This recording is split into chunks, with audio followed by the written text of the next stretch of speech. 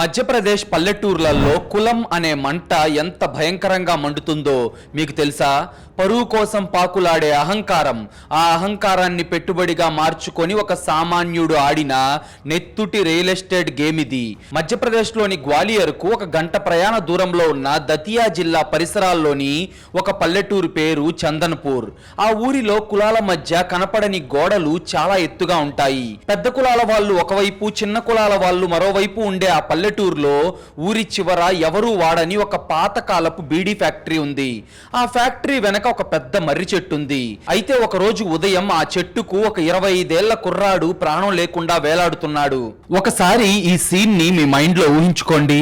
పల్లెటూరులో ఉదయాన్నే ఒక కుర్రాడు చెట్టుకు వేలాడుతూ కనిపిస్తే, అందులోనూ అతను తక్కువ కులానికి చెందినవాడైతే ఆ ఊర్లో వచ్చే రియాక్షన్ ఎలా ఉంటుందో మీకు బాగా తెలుసు కదా.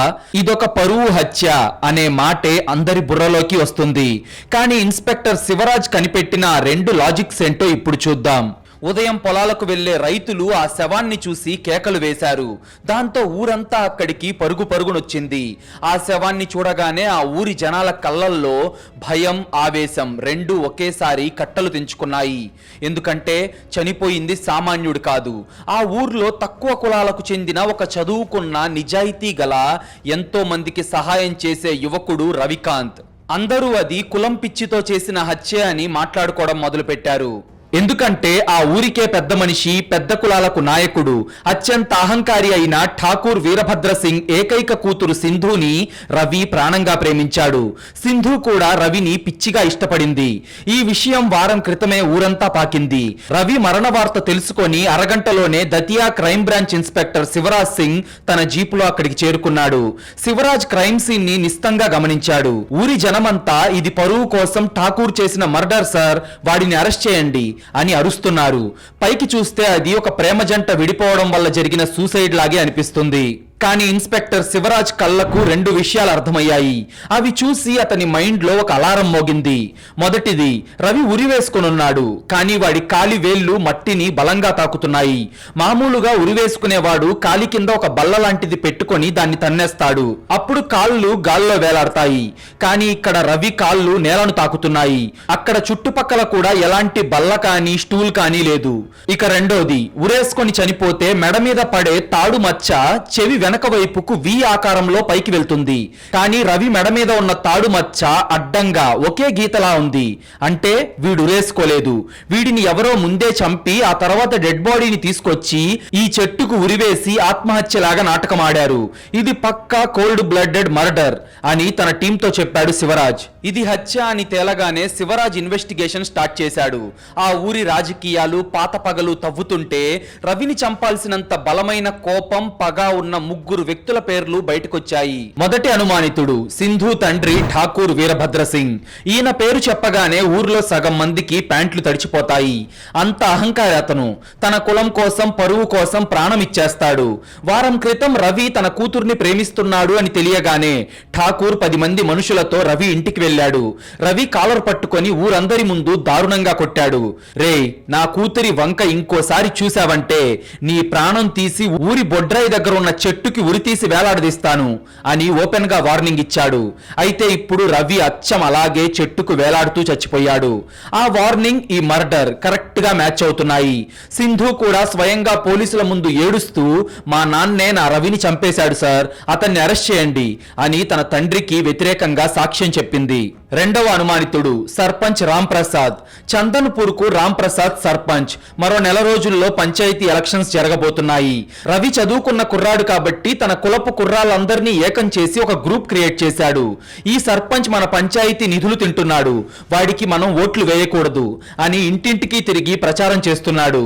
రవి చేస్తున్న ఈ ఉద్యమం వల్ల సర్పంచ్ రామ్ ప్రసాద్ కు ఉన్న ఓటు బ్యాంక్ మొత్తం పోయేలా ఉంది.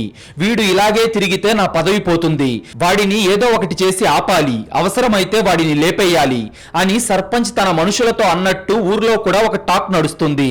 సర్పంచ్ పదవి అంటే కోట్ల రూపాయల డబ్బు. దానికి అడ్డు వస్తున్న రవి వాడికి ఇబ్బందిగా మారాడు. కాబట్టి ఆ సర్పంచ్ కూడా పక్కా మోటివ్ ఉంది. ఇక మూడవ అనుమానితుడు కల్లు సూరి. సూరి రవి సొంత కులానికే చెందిన ఒక రౌడీ. వీడికి సింధు అంటే ఒక పిచ్చి ప్రేమ. సింధు తనను కాదని రవిని ప్రేమిస్తుందని సూరికి లోపల రవి మీద విపరీతమైన కసుంది. అంతేకాకుండా సూరి అడవిలో దొంగతనంగా నాటుసారా కాచి అమ్ముతుంటాడు. 2 నెలల క్రితం రవి పోలీసులకు ఇన్ఫర్మేషన్ ఇచ్చి సూరి సారా కాచే ప్లేస్ మీద రైడ్ చేయించాడు. దాంతో సూరి 2 నెలలు జైల్లో ఉండి నిన్ననే బెయిల్ మీద బయటకొచ్చాడు. బయటకొచ్చిన సూరి, వాడు నా దందాను దెబ్బతీశాడు, నా సింధును లాక్కున్నాడు, వాడిని ఇంక బతకనివ్వను అని తాగి తన ఫ్రెండ్స్ తో చెప్పాడు. అయితే రవికి కూడా సూరి మీద ప్రాణాలు తీసేంత పగుంది. ఇలా ఈ ముగ్గురికి రవి చనిపోవడం 100% అవసరం. ముగ్గురికి పక్కాగా మోటివ్ ఉంది. ఒక మర్డర్, ముగ్గురు అనుమానితులు, కులం, రాజకీయం, పగ. ముగ్గురికి రవి చావడం 100% అవసరం. పోలీసులకే కాదు మనకి కూడా ఎవరిని నమ్మాలో అర్థం కాని సిచ్యువేషన్ ఇది. ఆ ముగ్గురిలో హంతకుడు ఎవరో తెలుసుకోవాలంటే పోస్ట్ మార్టం రిపోర్ట్ కోసం వెయిట్ చేయాల్సిందే. ఆ రిపోర్ట్ లో వచ్చిన ట్విస్ట్ వింటే మీ మైండ్ బ్లాక్ అయిపోతుంది. శివరాజ్ సింగ్ కు బుర్ర వేడెక్కుతుంది. పరువు కోసం ఠాకూరే చంపాడా లేక రాజకీయాల కోసం సర్పంచ్ లేపేశాడా? వీళ్ళిద్దరూ కాకపోతే పగతో సూరి చంపాడా అనేది అర్థం కాక ఆ ముగ్గురిని అరెస్ట్ చేయడానికి రెడీ అవుతుండగా ఫోరెన్సిక్ మరియు post mortem report Shivaraj table మీదకి వచ్చింది. ఆ రిపోర్ట్ చదివిన శివరాజ్ కు మైండ్ బ్లాక్ అయిపోయింది. రిపోర్ట్ లో డాక్టర్ క్లియర్ గా రాశాడు, రవి గొంతు నులమడం వల్ల చనిపోలేదు. వాడి కడుపులో అత్యంత ప్రమాదకరమైన పురుగుల మందుంది. ఎవరో వాడికి విషమిచ్చి చంపేశారు. వాడు చనిపోయాక కనీసం 2 గంటల తర్వాత ఆ డెడ్ బాడీని తీసుకొచ్చి చెట్టుకు వేలాడదీసి ఆత్మహత్యలాగా సీన్ క్రియేట్ చేశారు అని రిపోర్ట్ లో ఉండటం చూసి శివరాజ్ కు లాజిక్ అంతా బ్రేక్ అయింది. ఠాకూర్ వీరభద్ర సింగ్ పరువు కోసం చంపేవాడైతే వాడు కత్తులతో నరికి చంపుతాడు, కానీ ఇలా ఒక ఆడదానిలాగా విషమిచ్చి దాన్ని ఆత్మహత్యలాగా ఎందుకు కవర్ చేస్తాడు? ఠాకూర్ కు అవసరం లేదు కదా అని ఆలోచిస్తూ ఉండగా సరిగ్గా అప్పుడే క్రైమ్ సీన్ నుండి వచ్చిన కానిస్టేబుల్ ఒక వస్తువును తీసుకొచ్చి శివరాజ్ ముందు పెడుతూ, సార్, ఆ మర్రి చెట్టు నుండి కొద్ది దూరంలో మట్టిలో ఈ వస్తువు దొరికింది సార్ అన్నాడు. శివరాజ్ ఆ వస్తువును చూసి షాక్ అయ్యాడు. అది ఒక బరువైన రాగి కడియం. దానికి ఒక పులిగోరు లాంటి డాలర్ కూడా కట్టుంది. అయితే ఆ బ్రాస్లెట్ ఠాకూర్ది కాదు, సర్పంచ్ది కాదు. ఆ ఊర్లో ఆ డిజైన్ బ్రాస్లెట్ వేసుకునేది ఒకే ఒక్కడు. వాడే లోకల్ రౌడీ, రవి సొంత కులానికే చెందిన కల్లు సూరి. అది చూసిన శివరాజ్ అప్పటిదాకా పరువు కోసం తండ్రి చంపాడు అనుకుంటుంటే ఆ క్రైమ్ సీన్ దగ్గర పగతో రగిలిపోతున్న లోకల్ రౌడీ సూరి బ్రాస్లెట్ ఎందుకు పడుంది? అంటే విషమిచ్చి చంపి ఆత్మహత్యలాగా సీన్ క్రియేట్ చేసింది వాడేనా? ఒకవేళ వాడు చంపితే ఆ పాయిజన్ వాడికి ఎక్కడి నుండి వచ్చింది? అసలు ఆ రాత్రి ఆ పాడుబడిన బీడీ ఫ్యాక్టరీ దగ్గర జరిగిన ఆ భయంకరమైన డార్క్ మిస్టరీ ఏంటి? శివరాజ్ ఇన్వెస్టిగేషన్ ఎన్ని మలుపులు తిరగబోతుంది అనేది చూసే ముందు మీలో చాలా మంది మన వీడియోలు చూస్తున్నారు, కానీ వీడియోను లైక్ చేయడం లేదు, మన ఛానల్ను సబ్స్క్రైబ్ చేయడం లేదు. ప్లీజ్ మీరు చేసే చిన్న లైక్, ఒక సబ్స్క్రైబ్ మమ్మల్ని ఎంతో ఎంకరేజ్ చేసినట్టుగా ఉంటుంది. అలాగే మీరు ఇచ్చే ఒక పాజిటివ్ కామెంట్ ఇలాంటి థ్రిల్లింగ్ క్రైమ్ స్టోరీస్ రోజు మీ ముందుకు తీసుకురావడానికి మాకు చాలా బూస్టప్ ఇచ్చినట్టుంటుంది. ఆ మర్రి చెట్టు కింద మట్టిలో దొరికిన రాగి కడియాన్ని చూడగానే ఇన్స్పెక్టర్ శివరాజ్ సింగ్ కళ్ళల్లో ఒక మెరుపు కనిపించింది. పరువు కోసం ఠాకూర్ చంపాడు అనుకుంటే అక్కడ ఆ సూరిగాడి కడియం ఎందుకుంది? వెంటనే బయలుదేరండి, ఆ సూరిగాడు ఎక్కడున్నా కాసేపట్లో వాడు నా ముందుండాలి అని కానిస్టేబుళ్లకు శివరాజ్ ఆర్డర్ వేశాడు. అప్పుడు సమయం ఉదయం 11 గంటలవుతుంది. చందన్పూర్ అడవి అంచున ఉన్న నాటుసారా బట్టీల దగ్గర పోలీసులు రైడ్ చేశారు. పోలీసులను చూడగానే కల్లు సూరి భయంతో అడవిలోకి పారిపోవడానికి ట్రై చేశాడు. కానీ కానిస్టేబుల్స్ వాడిని చుట్టుముట్టి వాడి కాళ్ళు చేతులు విరగ్గొట్టి లాక్కొచ్చి దతియా పోలీస్ స్టేషన్ లో పడేశారు. లాకప్ లో సూరికి 3rd డిగ్రీ ట్రీట్మెంట్ ఇచ్చిన శివరాజ్, మొన్నే కదరా జైలు నుండి బయటకు వచ్చావు, రాగానే ఆ రవిగాడికి పాయిజన్ ఇచ్చి చంపి చెట్టుకు ఉరేసావా? అసలు నీ కడియం క్రైమ్ సీన్ లో ఎలా పడిందిరా? మర్యాదగా నిజం ఒప్పుకో, లేదంటే కాళ్లకు కాళ్ళు చేతులకు చేతులు తీసి పడేస్తాను అని వార్నింగ్ ఇస్తూ లాఠీ విరిగేలా కొట్టాడు. అప్పుడు సూరి భోరుమని ఏడుస్తూ, సార్, మా అమ్మ మీదొట్టు సార్, దేవుడి మీదొట్టు సార్, నేను వాడిని చంపలేదు సార్, వాడు నా వ్యాపారాన్ని నాశనం చేశాడు అన్న కోపంతో నిన్న రాత్రి 10 గంటలకు వాడిని కొట్టడానికి ఆ పాడుబడిన ఫ్యాక్టరీ దగ్గరకు నేను వెళ్ళిన మాట నిజమే. అక్కడికి వాడు ఒంటరిగా నడుచుకుంటూ వచ్చాడు. నేను వెళ్ళగానే వాడి మీద దాడి చేశాను. ఇద్దరి మధ్య పెద్ద గొడవ జరిగింది. నేను వాడి చొక్కా పట్టుకొని లాగినప్పుడు నా చేతికి ఉన్న రాగి కడియం తెగిపోయి అక్కడ మట్టిలో పడిపోయి ఉంటుంది సార్ అని అనగా, కడియం పడిపోయింది సరే, వాడికి పాయిజన్ ఎప్పుడు ఇచ్చావురా అని శివరాజ్ అనుమానంగా అడిగాడు. అడిగాడు. దానికి సూరి బోరున ఏడుస్తూ, నేనే పాయిజన్ ఇవ్వలేదు సార్, వాడు సన్నగా ఉన్నా చాలా బలంగా ఉన్నాడు, నన్ను రివర్స్ లో వాడు కింద పడేసి ఇరగదీశాడు, నా మెడ పట్టుకొని గీరేశాడు సార్, కావాలంటే నా ఒంటి మీద గాయాలు చూడండి అని తన చేతులను మెడను చూపించాడు సూరి. అవును, సూరి మెడ మీద చేతుల మీద రవి గోర్లతో రక్కిన గాయాలు ఇంకా పచ్చిగానే ఉన్నాయి. నన్ను కొట్టి వాడు అక్కడి నుండి ప్రాణభయంతో పారిపోయాడు సార్. ఆ చీకట్లో నేను వాడిని పట్టుకోలేక ఇంటికి వచ్చేశాను. ఉదయం చూస్తే వాడు చెట్టుకు వేలాడుతున్నాడు. నేను వెళ్ళేసరికి వాడు బతికే ఉన్నాడు సార్, కావాలంటే నా చర్మాన్ని చెక్ చేసుకోండి సార్, వాడిని నేను చంపలేదు అని దండం పెట్టాడు సూరి. అది విన్న శివరాజ్ లాఠీ కింద పడేసి ఆలోచనలో పడ్డాడు. అతని బుర్రలో ఒక లాజిక్ స్ట్రైక్ అయింది. సూరి చెప్పేదేమో నిజమే అనిపిస్తుంది, వీడేమో ఒక నాటు రౌడీ, వీడు చంపాలి అనుకుంటే కత్తితో పొడుస్తాడు లేదా ఏదో ఒకటి తీసుకొని కొడతాడు, అంతేగాని పాయిజన్ ఇచ్చి ఆ తర్వాత శవాన్ని తీసుకెళ్లి చెట్టుకు వేలాడదీసేంత సీన్ గాని బుర్ర గాని వీడికి లేవు. ఒకవేళ వీడే పాయిజన్ ఇవ్వాలి అనుకుంటే ముందు ఫిజికల్ గా ఎందుకు ఫైట్ చేస్తాడు? రవి బతికొండగానే వీడు అక్కడి నుండి వచ్చేశాడు, ఇదైతే పక్కా అని ఫిక్స్ అయ్యాడు శివరాజ్. ఒక రౌడీ ఎప్పుడు రౌడీలాగే ఆలోచిస్తాడు కదా, కత్తి పట్టుకుంటాడు కదా, పాయిజన్ ఇవ్వాల్సిన అవసరం వాడికి ఏముంది? అంటే హంతకుడు సూరి కాదు, మరి ఇంకెవరు? అయితే ఆ రాత్రి ఫ్యాక్టరీ దగ్గర సూరితో గొడవపడి పారిపోయిన రవి ఆ తర్వాత ఎవరిని కలిశాడు, వాడికి విషమిచ్చింది ఎవరు అని ఆలోచిస్తూ ఉండగా సరిగ్గా అప్పుడే కానిస్టేబుల్ పరిగెత్తుకుంటూ వచ్చి ఒక రిపోర్ట్ ను శివరాజ్ చేతిలో పెట్టాడు. అది చనిపోయిన రవి యొక్క mobile call data record. Sir, Ravi phone కి నిన్న రాత్రి 10:30 గంటలకు ఒక ఫోన్ కాల్ వచ్చింది. ఆ కాల్ మాట్లాడిన 10 నిమిషాలకే వాడి ఫోన్ స్విచ్ ఆఫ్ అయిపోయింది సార్. అయితే ఆ కాల్ చేసింది మరెవరో కాదు, సర్పంచ్ రామ్ ప్రసాద్ సార్ అని చెప్పాడు. అది విన్న శివరాజ్ మైండ్ లో ఇంకో అలారం మోగింది. సర్పంచ్ వాడి ఓటు బ్యాంకును నాశనం చేస్తున్నాడు అని రవి మీద సర్పంచ్ కూడా పగుంది. దాంతో వెంటనే పోలీసులు సర్పంచ్ రామ్ ప్రసాద్ ఇంటికి వెళ్లారు. కానీ అక్కడ సర్పంచ్ ఎంతో దర్జాగా తన కుర్చీలో కూర్చొని సిగరెట్ తాగుతున్నాడు. పోలీసులను చూడగానే రామ్ ప్రసాద్ ఏమాత్రం భయపడకుండా, ఏంటి శివరాజ్ గారు, రవి మర్డర్ కేసులో నన్ను కూడా లాగుదాం అనుకుంటున్నారా అని వెటకారంగా అడిగాడు. దానికి శివరాజ్, నిన్న రాత్రి 10:30 గంటలకు నువ్వు రవికి ఎందుకు ఫోన్ చేశావు రామ్ ప్రసాద్? నీ రాజకీయాలకు అడ్డొస్తున్నాడని పాయిజన్ ఇచ్చి వాడిని లేపేశావా అని సూటిగా అడిగాడు. దానికి రామ్ ప్రసాద్ గట్టిగా నవ్వుతూ చెప్పిన లాజిక్ వింటే ఏ పోలీస్ అయినా షాక్ అవ్వాల్సిందే. అది పక్కా పల్లెటూరి పొలిటికల్ లాజిక్. శివరాజ్ గారు, వచ్చే నెలలో ఎలక్షన్స్ ఉన్నాయి. రవి ఒక తక్కువ కులానికి చెందిన కుర్రాడు. వాళ్ళ కులం ఓట్లు ఊర్లో 40% ఉన్నాయి. అలాంటి కుర్రాడిని ఎలక్షన్స్ ముందు నేను చంపేస్తే ఏమవుతుందో తెలుసా? వాడు వాళ్ళ కులానికి ఒక దేవుడైపోతాడు. వాడి మీద ఉన్న సానుభూతితో వాళ్ళ కులంలో ఒక్కడు కూడా నాకు ఓటేయడు. నా పదవి నాశనం అయిపోతుంది. నేను అంత తిక్కలోని అనుకున్నారా ఇన్స్పెక్టర్ అని లాజిక్ మాట్లాడాడు. మరి ఆ రాత్రి ఎందుకు ఫోన్ చేశావని శివరాజ్ అడగ్గా, పాలిటిక్స్ లో ఎవరినైనా చంపడం కంటే డబ్బుతో కొనడం చాలా సేఫ్. వాడు నా ఓటు బ్యాంక్ లాగేస్తుంటే వాడికి ఒక 5 లక్షల రూపాయలు ఇచ్చి కాంప్రమైజ్ చేసుకుందామని నేను నిన్న రాత్రి వాడికి ఫోన్ చేశాను.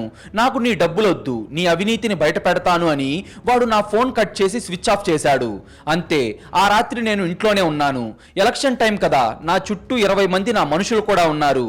వాడు చచ్చిపోతే ఎవరికి లాభమో నాకు తెలియదు, కానీ నాకు మాత్రం 100% నష్టమే ఇన్స్పెక్టర్ అని కాన్ఫిడెంట్ గా చెప్పాడు సర్పంచ్.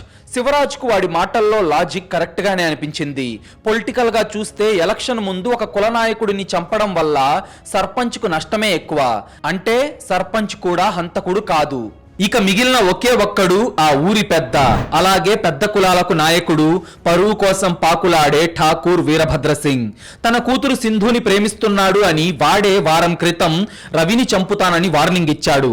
డౌట్ లేదు, ఆ సర్పంచ్ కాకపోతే, ఆ కల్లు సూరిగాడు కాకపోతే ఈ హత్య చేసింది ఖచ్చితంగా ఆ ఠాకూర్ గాడే.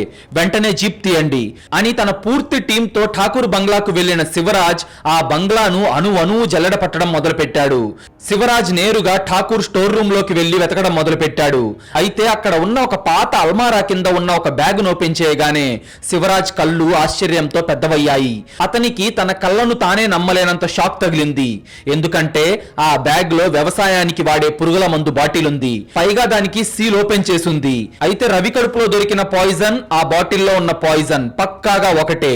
అంతేకాదు, ఆ బ్యాగ్ లోనే ఆ మందు కొన్న బిల్లు కూడా ఉంది. ఆ బిల్లు మీద ఠాకూర్ వీరభద్ర సింగ్ పేరుంది. ఆ మందు కొన్న తేదీ కూడా మర్డర్ జరగడానికి కరెక్ట్ గా ఒక రోజు ముందే. సరిగ్గా అప్పుడే వీరభద్ర సింగ్ కోపంగా శివరాజ్ దగ్గరకు వచ్చి, అవును ఆ పాయిజన్ నేనే కొన్నాను అని ఏమాత్రం భయం లేకుండా ఒప్పుకున్నాడు. అక్కడ ఏడుస్తూ నిలబడ్డ సింధు, చూశారు కదా సార్, మా నాన్నే సార్ నా రవిని చంపాడు అని గట్టిగా అరిచింది. అది చూసి కోపంతో ఊగిపోయిన శివరాజ్ ఠాకూర్ కాలర్ పట్టుకొని, పరువు కోసం వాడిని చంపి చెట్టుకు వేలాడదీసి ఆత్మహత్యలాగా నాటకం ఆడతావా, మాకు పక్కా ఆధారాలు దొరికాయి, పదరా స్టేషన్ కు అని ఠాకూర్ సింగ్ ను జీపెక్కించాడు. పాయిజన్ బాటిల్ దొరికింది, అది కొన్న బిల్లు కూడా దొరికింది, ఇక కేసు క్లోజ్ అయిపోయింది అని ఊరంతా అనుకుంది. కానీ ఇక్కడే ఈ కథలో అసలు ట్విస్ట్ రాబోతుంది. ఠాకూర్ చెప్పే మాటలు వింటే మనకు కూడా మైండ్ బ్లాక్ అయిపోతుంది. స్టేషన్ కి వచ్చిన ఠాకూర్ సింగ్, నన్ను టచ్ చేసే ముందు నేను చెప్పేది విను శివరాజ్, వాడు నా కూతుర్ని ప్రేమించినందుకు వాడిని కుక్కను చంపినట్టు చంపాలని నేను ఆ పాయిజన్ కొన్న మాట 100% నిజం. నిన్న రాత్రి వాడిని చంపేద్దామని నా జీప్ తీసుకొని ఆ ఫ్యాక్టరీ వైపే వెళ్ళాను, కానీ వాడక్కడ లేడు.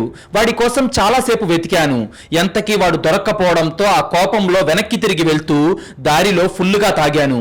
నేనెంత తాగానంటే నా జీప్ కూడా నడపలేక దారిలో నా పొలంలో ఉన్న నా ఫామ్ హౌస్ లోకి వెళ్లి స్పృహ లేకుండా పడుకున్నాను.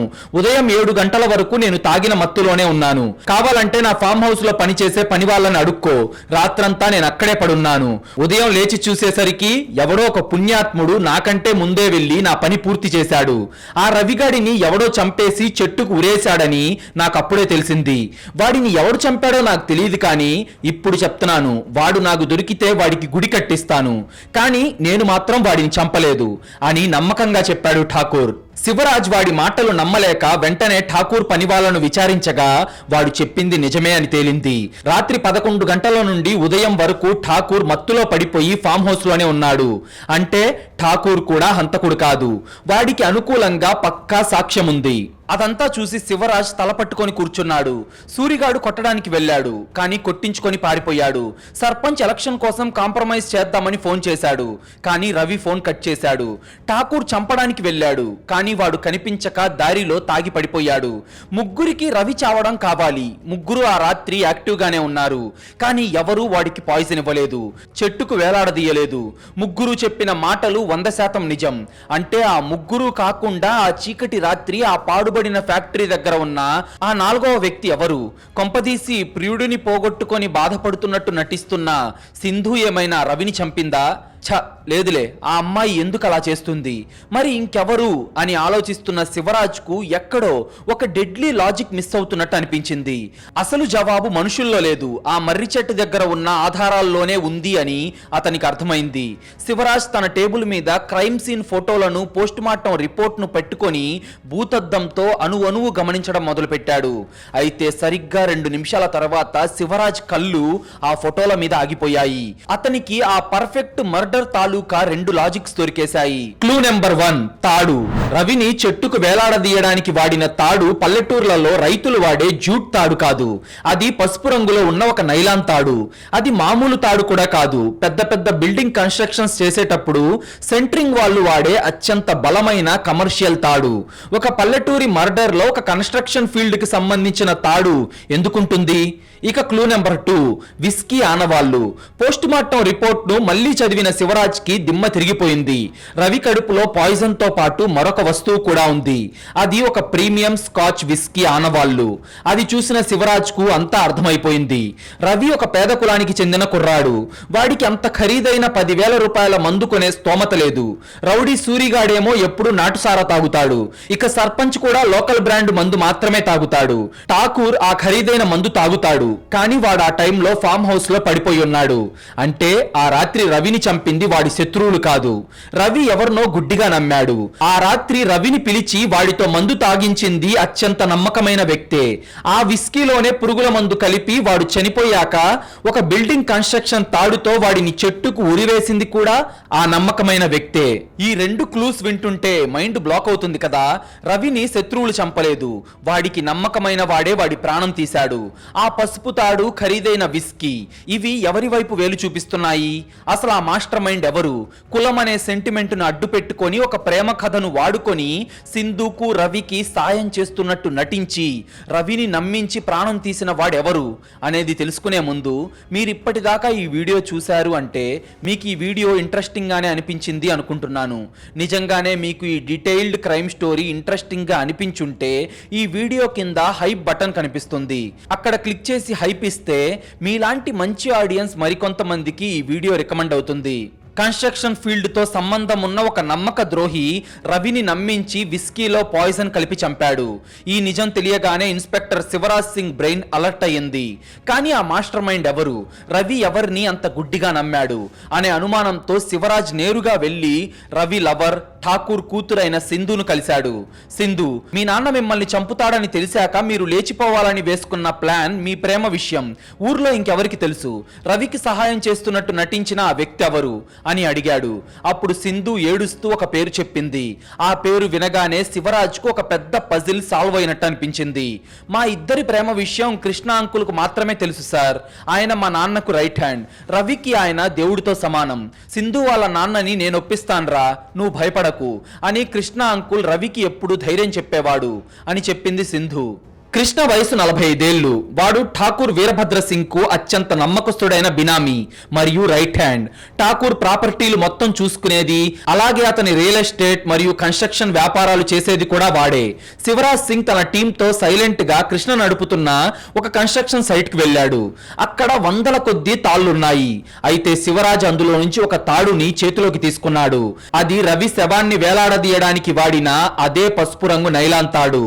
ఎస్, లాజిక్ మ్యాచ్ అయింది. కృష్ణకు ఠాకూర్ కులపిచ్చి గురించి బాగా తెలుసు. ఠాకూర్ పాయిజన్ కొన్న విషయం కూడా తెలుసు. రవికి ఖరీదైన మందు తాగించే స్తోమత ఉన్నది కూడా కృష్ణకే. అన్నిటికీ మించి రవికి కృష్ణ మీద ఎక్కువ నమ్మకం ఉంది అని నేరుగా కృష్ణ ఇంటికి వెళ్లి వాడిని కస్టడీలోకి తీసుకున్నాడు. అప్పుడు సమయం మధ్యాహ్నం 12 గంటలవుతుంది. దతియా పోలీస్ స్టేషన్ లోని లాకప్ రూమ్ లో కృష్ణ చేతులకు బేడీలు వేసి నేల మీద కూర్చోబెట్టాడు. వాడి ముఖంలో ఎలాంటి భయం లేదు. ఒక కరుడుగట్టిన క్రిమినల్ కు ఉండే నవ్వు కృష్ణ మొహంలో ఉంది. అది చూసి వాడి దగ్గరకు వెళ్లిన శివరాజ్, ఏంటి కృష్ణ, కులం అనే మంటను వాడుకొని రవిని చంపింది నువ్వే అని మాకు తెలిసిపోయింది, కానీ ఎందుకు చంపావనే విషయమే క్లారిటీ రావాలి. ఠాకూర్ నీకు అన్నలాంటి వాడంట కదా, రవి కూడా నిన్ను నమ్మాడంట కదా అని అడిగాడు. అప్పుడు కృష్ణ ఒక నవ్వు నవ్వి అసలు కథ చెప్పడం మొదలు పెట్టాడు.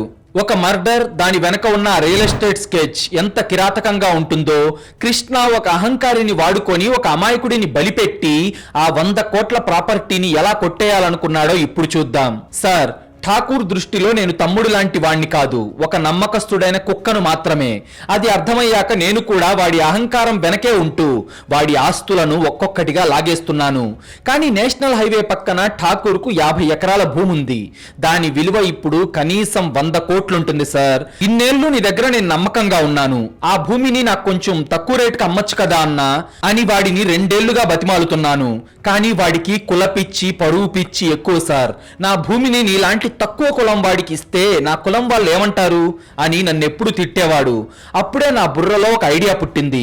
నాకు తెలుసు ఠాకూర్కు తన పరువు అంటే ప్రాణమని. వాడి కూతురు సింధు ఒక తక్కువ కులం వాడైన రవిని ప్రేమిస్తుంది అని తెలిసినప్పుడు ఆ ప్రేమ కథను నా 100 కోట్ల ప్లాన్ కు వాడుకోవాలని నేను డిసైడ్ అయ్యాను. అందుకే నేను రవికి అండగా ఉన్నట్టు నటించాను. వాడు మీ నాన్నను ఎదిరించలేడు, మీరిద్దరూ లేచిపోండి అని సింధుని కూడా ఎంకరేజ్ చేశాను. ఆ రాత్రి నేను సీక్రెట్ గా రవిని నా కారులో ఎక్కించుకున్నాను. అప్పుడు టైం అటు ఇటుగా రాత్రి 11 గంటలవుతుంది. రవికి భయం పోవాలని ఆ ఖరీదైన స్కాచ్ విస్కీ పోసిచ్చాను. వాడు నన్ను ఎంతో నమ్మి దాన్ని ఒకేసారి తాగేశాడు. కానీ వాడికి తెలియదు సార్, ఆ మందులో నేను ముందుగానే ఠాకూర్ కొన్న అదే బ్రాండ్ పాయిజన్ ని కలిపి ఉంచానని. అది తాగిన 10 నిమిషాల్లోనే రవి నా కారులోనే రక్తపు వాంతులు చేసుకొని నన్ను కాపాడమని గిలగిలా కొట్టుకుంటూ చచ్చిపోయాడు సార్. అయితే వాడు నా కారు ఎక్కే ముందు ఆ సారాయి కాసే సూరిగాడితో గొడవ పడ్డాడు అని అప్పటికే రవి నాకు చెప్పాడు. సో రవిగాడు ఆ సూరిగాడితో గొడవ పడిన ఆ పాడుబడ్డ ఫ్యాక్టరీ దగ్గరకే వాడి శవాన్ని నా కారు డిక్కీలో వేసుకొని వెళ్లి నా కన్స్ట్రక్షన్ సైట్ లో వాడే పసుపు తాడుతో వాడిని ఆ మర్రి చెట్టుకు వేలాడదీశాను. ఎందుకంటే కేసు నుంచి నుంచి ఠాకూర్ ఒకవేళ తప్పించుకున్నా నేను దొరికిపోకుండా సూరిగాడు ఇరుక్కుంటాడు అని కృష్ణ చెప్పగానే శివరాజ్కు రక్తం మరిగిపోయింది. ఒక అమాయకుడి ప్రాణం తీసావు కదరా, అయినా వాడు చచ్చిపోతే నీకు ఆ 50 ఎకరాలు ఎలా వస్తాయిరా అని అడిగాడు శివరాజ్. దానికి కృష్ణ నవ్వి, అక్కడే ఉంది సార్ అసలు లాజిక్. రవి శవం ఉదయం చెట్టుకు వేలాడుతూ కనపడగానే ఠాకూర్ కులపిచ్చి వల్ల వాడికి ఉన్న అహంకారం వల్ల ఊరంతా ఠాకూరే ఆ పరువు హత్య చేశాడు అని నమ్ముతారు. పోలీసులు కూడా ఠాకూర్నే అరెస్ట్ చేస్తారు. ఠాకూర్ జైలుకెళ్తే సంతకాలు పెట్టలేడు అని నాకు తెలుసు. అందుకే వారం క్రితమే ఒక సివిల్ కేసు కారణంతో ఠాకూర్ దగ్గర ఆ 50 ఎకరాలకు సంబంధించిన జనరల్ పవర్ ఆఫ్ అటార్నీ నా పేరు మీదకు మార్పించుకున్నాను. వాడు జైలుకు వెళ్లిన మరుక్షణమే ఆ ప్రాపర్టీ నేను వేరే వాళ్ళకు అమ్మేసి 100 కోట్లు పట్టుకొని పారిపోయేలాగా పక్కా లీగల్ స్కెచ్ వేశాను. పైగా చనిపోయింది ఒక తక్కువ కులం కుర్రాడు కాబట్టి ఈ కేసు నుంచి వాడు బయటపడటానికి చాలా టైం పడుతుంది. కులం పరువు అనేవి వాళ్ళకు ఒక సెంటిమెంట్ కావచ్చు, కానీ అవి నాకు రియల్ ఎస్టేట్ ఇన్వెస్ట్మెంట్ గా మారాయి సార్ అని ఒక సైకోలాగా నవ్వాడు కృష్ణ. అదంతా విన్న శివరాజ్ షాక్ అయిపోయాడు. కులాన్ని ఒక ఆయుధంగా వాడి ఒక అహంకారిని రోడ్డు మీదకు లాగి ఒక అమాయకుడి ప్రాణం తీసిన వాడి రియల్ ఎస్టేట్ మాఫియా బుర్ర చూసి పోలీసులకే వణుకు పుట్టింది. కానీ పోలీసులు విచారణలో తీసుకున్న కన్ఫెషన్ కు కోర్టులో విలువ ఉండదు. కేసు గ్వాలియర్ హైకోర్టుకు వెళ్ళింది. కృష్ణ ఒక పెద్ద క్రిమినల్ లాయర్ ని పెట్టుకున్నాడు. ఆ డిఫెన్స్ లాయర్ వాదన వింటుంటే కృష్ణ బయటపడటం ఖాయమని మీకు కూడా అనిపిస్తుంది. అతని లాయర్ కోర్టులో వాదిస్తూ, యువర్ ఆనర్, దతియా పోలీసులు ఇదంతా ఒక కట్టుకథ అల్లారు. కేవలం ఒక పసుపు రంగు నైలాన్ తాడును బేస్ చేసుకొని ఒక ప్రెస్టీజియస్ బిజినెస్ మ్యాన్ అయిన కృష్ణ గారిని అరెస్ట్ చేశారు. ఆ తాడు ఏ హార్డ్వేర్ షాప్ లోనైనా దొరుకుతుంది. నా క్లయింట్ కు రవి హత్యకు ఎలాంటి సంబంధం లేదు. ఇది ఠాకూర్ వీరభద్ర సింగ్ చేసిన హత్య. దాన్ని నా క్లయింట్ మీద నెడుతున్నారు. కృష్ణ గారిని నిర్దోషిగా విడుదల చేయండి అని బ్రహ్మాండంగా వాదించాడు. జడ్జి కూడా సరైన ఫిజికల్ ఎవిడెన్స్ లేకపోవడంతో కృష్ణను బెయిల్ మీద వదిలేసే పరిస్థితికి వచ్చారు. కానీ అప్పుడే ఇన్స్పెక్టర్ శివరాజ్ సింగ్ ఒక ఫైల్ పట్టుకొని కోర్టు ముందుకొచ్చాడు. అతని ముఖంలో ఒక పక్కా కాన్ఫిడెన్స్ ఉంది. యువర్ ఆనర్, ఒక హంతకుడు ఎంత ప్లాన్ చేసినా వాడు చేసిన పాపం వాడి వస్తువుల్లోనే దాగుంటుంది అంటారు. కృష్ణ చాలా తెలివైన వాడు. రవిని చంపేశాక తన కారును కెమికల్స్ తో కడిగేశాడు. కానీ అతను ఒక చిన్న తప్పు చేశాడు యువర్ ఆనర్. రవి కృష్ణ కారులో పాయిజన్ కలిపిన విస్కీ తాగాక అతను వెంటనే చనిపోలేదు. 5 నిమిషాలు గిలగిలా కొట్టుకొని కడుపులో ఉన్న మందుని వాంతి చేసుకున్నాడు. అయితే అందులోని ఒక చిన్న చుక్క కారు సీటు కవరు కుడివైపు అంచున పడింది. కృష్ణ కారుని కడిగించినప్పటికీ ఆ కుట్ల మధ్య ఉన్న ఆ చిన్న వాంతి చుక్క ఎండిపోయి అలాగే ఉండిపోయింది. మేము ఆ కారును సీజ్ చేసి ఫోరెన్సిక్ ల్యాబ్ కు పంపాం అని శివరాజ్ ఒక పెద్ద ఫోరెన్సిక్ రిపోర్ట్ ను జడ్జి ముందు పెట్టాడు. ఈ ఫోరెన్సిక్ రిపోర్ట్ ప్రకారం ఆ సీట్ కవర్ కుట్ల మధ్య ఉన్న వాంతిలో ఖరీదైన స్కాచ్ విస్కీ మరియు రవి కడుపులో దొరికిన పాయిజన్ కలిసి ఉన్నట్టు 100% మ్యాచ్ అయింది యువర్ ఆనర్. ఇదిగోండి రిపోర్ట్. అంతేకాదు ఈ కృష్ణ పసుపు రంగు నైలాన్ తాడును వాడి కన్స్ట్రక్షన్ సైట్ నుంచే తీసుకున్నాడు. ఈ విషయం వాడి కన్స్ట్రక్షన్ సైట్ లో ఉన్న సీసీటీవీ కెమెరాల ఫుటేజ్ ద్వారా ప్రూవ్ అయింది. రవి హత్య జరిగింది కృష్ణ కారులోనే అని ప్రూవ్ చేయడానికి ఈ ఎవిడెన్స్ సరిపోతుంది యువర్ ఆనర్. ప్లీజ్ ఒకసారి చెక్ చేయండి అని శివరాజ్ సింగ్ అన్ని సాక్ష్యాలను జడ్జి ముందు పెట్టాడు. ఈ ఫోరెన్సిక్ క్లూ విన్నారు కదా. కృష్ణ ఎంత పక్కాగా కారు కడిగించినా ఆ చిన్న వాంతి మరక కృష్ణను కోర్టులో నిలబెట్టింది. సైన్స్ ముందు ఏ క్రిమినల్ అయినా తలవంచాల్సిందే. ఈ కోర్టు తీర్పు ఆ కృష్ణ అహంకారాన్ని ఎలా ముక్కలు చేసిందో ఇప్పుడు చూద్దాం. ఆ మాట వినగానే బోన్లో ఉన్న కృష్ణకు చెమటలు పట్టేశాయి. వాడి రియల్ ఎస్టేట్ బ్రెయిన్ ఒక చిన్న ఫోరెన్సిక్ రిపోర్ట్ ముందు కుప్పకూలిపోయింది. పక్కా ఆధారాలు దొరకడంతో ఎన్నో వాదనలు, ఎన్నో వాయిదాలు జరిగిన తర్వాత ఎట్టకేలకు 2008 సెప్టెంబర్ 16వ తేదీన కోర్టు తన తీర్పును వినిపించింది. కేవలం తన రియల్ ఎస్టేట్ వ్యాపారం కోసం 100 కోట్ల ఆస్తి కోసం కులం అనే సెంటిమెంట్ ను వాడుకొని ఒక అమాయకుడి ప్రాణం తీసిన కృష్ణకు ఈ న్యాయస్థానం యావజ్జీవ కారాగార శిక్ష విధిస్తుంది అని జడ్జి గారు తీర్పు చెప్పారు. కృష్ణ చేతులకు బేడీలు పడ్డాయి. ఒక పెద్ద రియల్ ఎస్టేట్ బిజినెస్ మ్యాన్ ఇప్పుడు ఒక నేరస్తుడిగా జైలు వ్యానెక్కాడు. తీర్పు విన్నాక కోర్టులోనే ఠాకూర్ వీరభద్ర సింగ్ బోరున ఏడ్చాడు. తనకున్న కులపిచ్చి పరువు అన్న అహంకారమే తనను ఒక బ్రోకర్ చేతిలో కీలుబొమ్మను చేసిందని, తన సొంత కూతురు జీవితాన్ని ఒక అమాయకపు కుర్రాడి ప్రాణాన్ని నాశనం చేసిందని అతను ఎంతో బాధపడ్డాడు. కానీ వాడి కూతురు సింధు అయితే తన తండ్రి ఏడుస్తున్నా కూడా వాడి ముఖం చూడకుండా ఒక రాయిలా మారిపోయి అక్కడి నుండి ఒంటరిగా వెళ్లిపోయింది. ఈ కథలో నిజమైన నష్టం జరిగింది ఎవరికో మీరే కామెంట్స్లో చెప్పండి. అలాగే ఈ థ్రిల్లింగ్ క్రైమ్ స్టోరీ గనక మీకు ఇంట్రెస్టింగ్గా అనిపించుంటే ఇప్పుడే ఈ వీడియోను లైక్ చేసి మన ఛానల్ను సబ్స్క్రైబ్ చేసుకోండి.